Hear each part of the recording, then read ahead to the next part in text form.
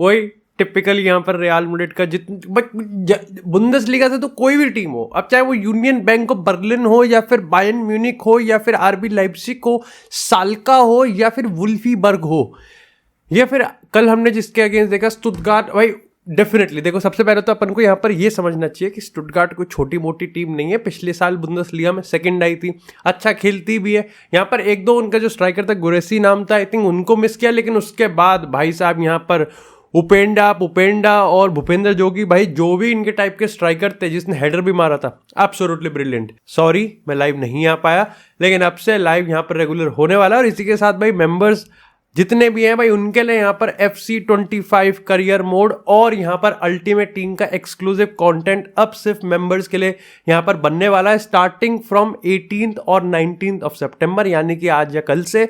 परसों से तो मतलब मेरे को अल्टीमेट टीम है तो मेरे को मैच गेम मिलने ही वाला है, तो ऑफकोर्स मैं बी मेक श्योर कि तुम इस चैनल के मेंबर जरूर बनो, और अपन लोग धुआं तो मचाने वाले अल्टीमेट कंटेंट के साथ रोज लाइव आके। लेकिन सबसे पहले बात करते हैं भाई यूवेंटस। मतलब मैं लास्ट टाइम भाई यूवेंटस को मैंने कब इतनी बारीकी से देखा होगा, इतनी बारीकी से हर प्लेयर पे मैंने नजर रखी होगी, उसके बारे में पढ़ा होगा, I don't know, may be Cristiano Ronaldo के जाने के बाद या फिर आई थिंक पिछले एक साल में तो बहुत ही कम। देखो अपनी गलती माननी पड़ेगी, और इसका मेजर रीजन मास्सिमिलियानो एलेग्री भी था। देखो सीधी सी बात है, एलेग्री का फुटबॉल नहीं पसंद था मेरे को, तो एक्साइटेड नहीं लगता था।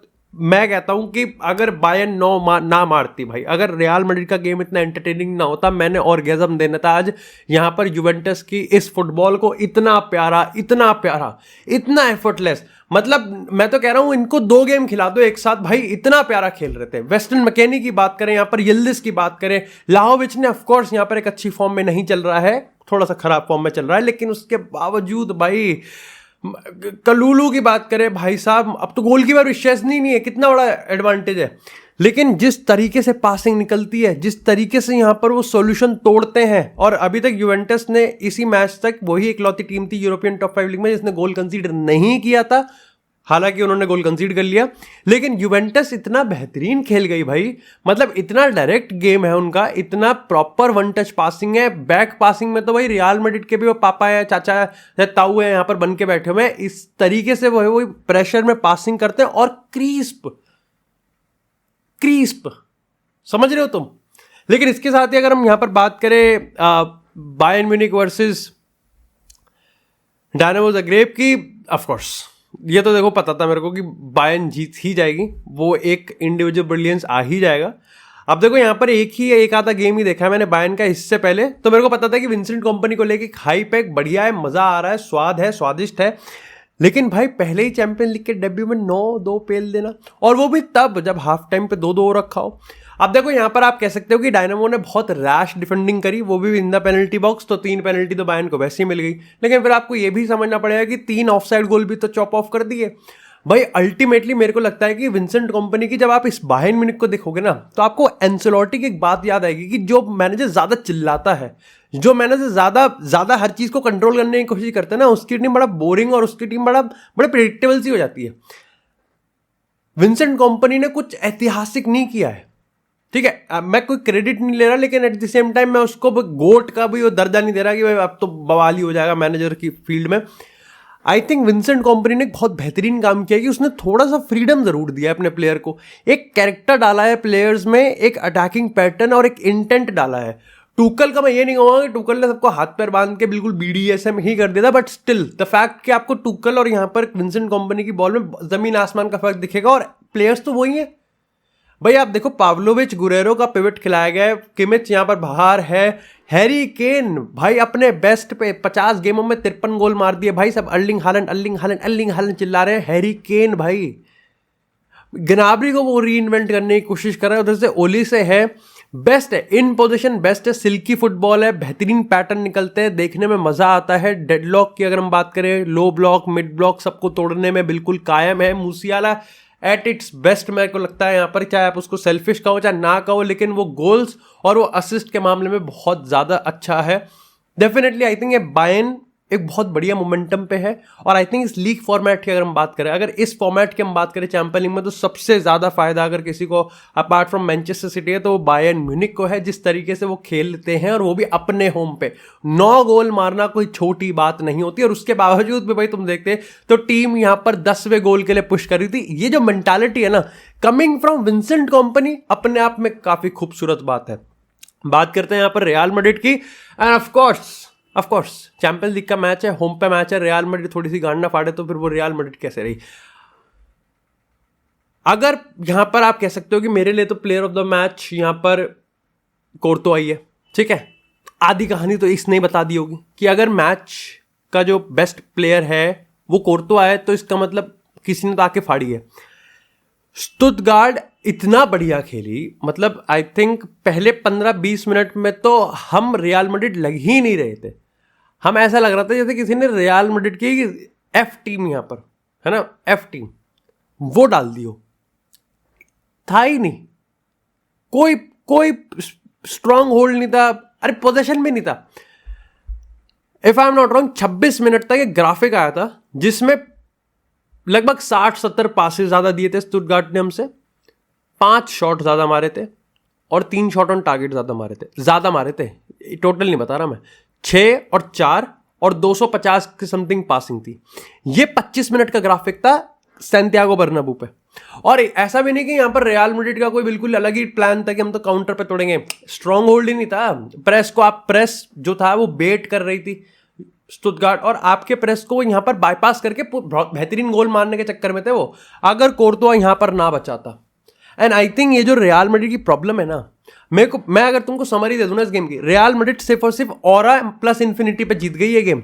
अगर एंड्रिक आया उसे फर्क ही नहीं पड़ता कि इधर एम्बापे इधर विनी, भाई ने वहीं से ही मार दिया गोल। और भाई एंड्रिक की ये एबिलिटी ना, मतलब मैं तुम्हें बता रहा हूँ इस सीजन के चैंपियंस लीग की story, I don't know semifinal, final, quarter final कहाँ जाएंगे, लेकिन भाई जहां भी जाएंगे ना, एंड्रिक की ये क्वालिटी भाई तुम लिख के ले लो, मेरे से 2 गेम जितवाएगी। आज तो चलो फिर भी हम 2-1 से जीत रहे थे, लेकिन आने वाले गेम जहां पर एंड्रिक की ये एबिलिटी ना इतना प्यारा लगेगी। ऑफ कोर्स काफी सारे लोग उसको सेल्फिश कहेंगे, क्वालिटी देखिए किस स्पीड से मारता है वो। और ये दूसरा है, उसने अपने डेब्यू में भी बिल्कुल ऐसा ही मारा था, और ये तो और पीछे से मारा था भाई। द शेयर पावर जो है उसके पैर में, और ये बहुत इंपॉर्टेंट है क्योंकि जहां पर रियल मैड्रिड आपको 1-2 करती हुई दिखती है, जहां पर रियल मैड्रिड कभी कभार आपको ओवर कॉम्प्लिकेटेड चीज करती हुई, आपके पास एक ऐसा प्लेयर है जिसको आपके पास सांड है, और वो भी शादी किया हुआ सांड है भाई,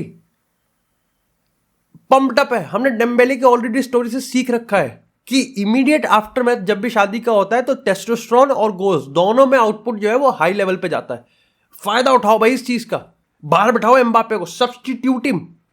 लेकिन एम्बापे की बात आई, मैं बहुत टाइम तक देख रहा था कि कमेंटेटर एम्बापे और विनी में छुट्टा छड़ा करवाने के चक्कर में, मैं डिवोर्स ही करवा दो ना सालों इनमें, कि अगर विनी आप होते और एम्बापे आपकी विंग पे खेल रहा होता तो आपको कैसा लगता। अबे कैसा लगता, दोनों के बीच में जो केमिस्ट्री है मैं कहूंगा स्टिल नॉट इलीट है, बट एम्बापे अपने स्ट्रॉन्ग होल्ड को समझ, चैंपियंस लीग स्पेस मिलेगा।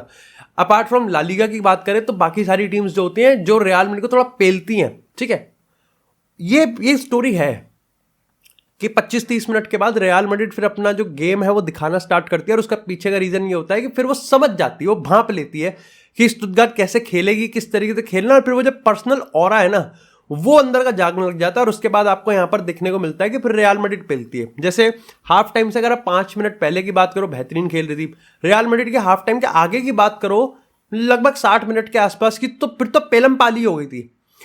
उसके पीछे का रीजन ये है कि स्टुटगार्ट को फिर भांप लिया, और फिर उसके बाद यहाँ पर रियल मैड्रिड के जो सॉल्यूशंस थे उसका जवाब स्टुटगार्ट के पास नहीं था।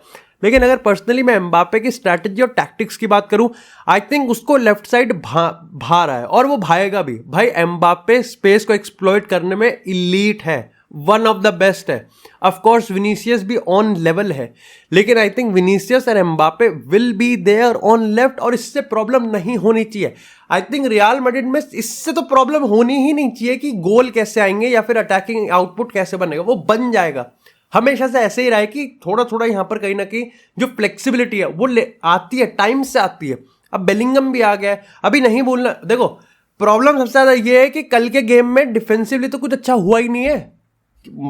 मिलिटाओ के आने के बाद ऑफकोर्स आपको स्टेबिलिटी मिली और राइट बैक पे आपको ऑफकोर्स आपका डिफॉल्ट कार्वाहाल मिल गया, तो गेम अपने आप बेटर हो गया। आपको चुआमेनी है, अगेन मेरे तो मिक्स्ड ही ओपिनियन रहेंगे। जब तक कामाविंगा नहीं आएगा, आई एम नॉट सेइंग कि चुआमेनी को बाहर बैठा के कामाविंगा को डाल दो, बट कामाविंगा का गेम बनते हैं भाई।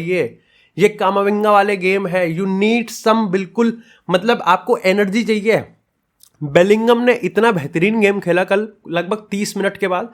आगे वही वाली बात है कि जब तक गेम पढ़ने में रियल मैड्रिड टाइम ले रही थी, तब तक तो सबका ही समझ में नहीं आ रहा था। रॉड्रिगो की बात करें, one of the best players. और सबसे बेहतरीन चीज़ ये है कि उसको वाइड रखा आपने, उसको वाइड रखा, उसको गेम खोलने दिया। गेम की चौड़ाई को ऐसे आपने पिछवाड़े फट जाए, उसके चुट्टाड़ फट जाए, उसको आपने उस तरीके से रखा और उस तरीके से यूज़ करने का बेस्ट तरीका था, क्योंकि आपको स्पेस मिल रहा था। बट आई थिंक यहाँ पर डिफेंसिवली बात करें तो भाई देखो, पेले जाएंगे, सीधी बात है, पेले जाएंगे, बहुत बढ़िया पेले जाएंगे। हंसी फ्लिक की टीम हो, सिमियोनी की टीम हो, भाई बढ़िया पेले जाएंगे। आई एम नॉट सेइंग पेले जाएंगे मतलब 5-0 4-0 होगा। हमारा डिफेंसिव एक्शन जो है, हमारा जो एक पैसिव अप्रोच है, भाप ही नहीं पाते, समझ में ही नहीं आता अपने को क्या हो रहा है। पेनल्टी, अपने प्रेस अभी खराब चल रहा है, ठीक है, अपना प्रेस अभी थोड़ा तितर बितर हो रखा है। इसके साथ ही यहाँ पर अपने अगेंस्ट चांस भी बहुत ज़्यादा बन रहे हैं, तो शॉर्ट वॉल्यूम जो है वो बहुत ज़्यादा कंसीड कर रहे हैं। अगर कोर्तुआ ना हो तो भाई मैं सही बता रहा हूँ, हम हर मैच 2-3 गोल खा जाएंगे। और उसके कंपैरिजन में जो हम चांसेस बना रहे हैं, ऑफकोर्स हम चांसेस लाइक बरी नहीं कर पा रहे, बट स्टिल दोनों ऑन लेवल नहीं हो सकते एक एलीट टीम के लिए। मतलब ये वाली बात होगी कि मैनचेस्टर सिटी अगर 5 गोल का चांस बना रही है तो 5 गोल का खा सकती है क्या वो? रियल मैड्रिड ये कर रही है। आज का गेम पर्सनल ऑरा पे निकाल लिया भाई अपन ने। आज का game is another example, number 69+69 हो गया यहाँ पर, कि अगर आप as a opposition Real Madrid को नहीं पेलते पहले हाफ में, तो फिर आप पिलोगे, और पिल गई हो। बट इसी के साथ बात करते हैं यहाँ पर लिवरपूल वर्सेस मिलान के। ऑफकोर्स 2005 का यूसीएल क्लासिक था, बट इसमें क्लासिक जैसा कुछ भी नहीं था। मिलान का तो समझ में ही नहीं आता मुझे। एक तो मेरे को पर्सनल प्रोफाइल्स पसंद नहीं है मिलान की, ठीक है, राफेल लियाओ पसंद है, बट मिक्स रहता है मेरा हिसाब। अगर साला की बात करें, अगर लिवरपूल की बात करें, तो काफ़ी इंट्रीग्ड था मैं सोचने के लिए कि किस तरीके से यहाँ पर टीम खेलेगी, गिवन द फैक्ट अभी प्रीमियर लीग में वो हार के आए हैं। आई थिंक यहाँ पर जिस तरीके से खेला है, एब्सोल्युटली मज़ा आ गया। वो एक कमांडिंग, ऑफकोर्स आपने पहला गोल कंसीड कर लिया, बहुत ही डायरेक्ट गोल यहाँ पर मिलान ने मारा, लेकिन उसके बाद मिलान ने सूंघा भी नहीं भाई गेम। आई थिंक लास्ट में आप कह सकते हो कि मिलान सैन सीरो पे खेल रही थी, अपने होम पे खेल रही थी, इसलिए वो लिवरपूल पे बहुत चढ़ रही थी और लिवरपूल थोड़ा पैनिक कर रही थी। बट अपार्ट फ्रॉम दैट ये गेम में सूंघा ही नहीं भाई, इट वॉज ऑल लिवरपूल। वही सेंट्रल एरिया में यहाँ पर अटैक कर रहे हो, मिलान को खोल रखा है, वाइड पे स्पेस ही स्पेस बन रहे हैं। कोडी गाक्पो की बात करें, परफॉर्मेंस बेस्ट आ रही है, यूरो वाले मोमेंटम को मेंटेन कर रहा है। साला की बात करें, आई विल नॉट से he was on his best, but फिर उसने आउटपुट के मामले में ऑफकोर्स आपको चांसेस क्रिएट करके दिए हैं। अगर यहाँ पर हम लाइक मिडफील्ड से बात करें, शोबोसलाई की बात करें, ग्रेवनबर्ग खूबसूरत भाई। ट्रेंट की बात करें, अगेन बेस्ट। और सबसे अच्छी चीज जो मेरे को लग रही है, जो कि I think across the social media आप पढ़ोगे, वो ये है कि लिवरपूल का जो ऑरा बनता जा रहा है, जो ऑडासिटी है कि वो सेट पीस से अटैक कर सकते हैं, खूबसूरत, बेहतरीन। अगर आपके पास वर्जिल वैन डाइक है, अगर आपके पास यहाँ पर कोनाते हैं और आप उसको यूज कर पा रहे हो, आपके पास ट्रेंट जैसा एक बंदा है जो डिलीवरी डाल सकता है। सेमिगस की बात करें, ठीक है, अब सबको पता है परमानेंट नहीं है वो, रॉबर्टसन आएगा। आपके पास यहाँ पर अटैकिंग के मामले में साला है, गाक्पो है। अगर आप सेट पीस एक ऐसा एट्रीब्यूट है जो आप ऐड कर सकते हो, चक दे इंडिया।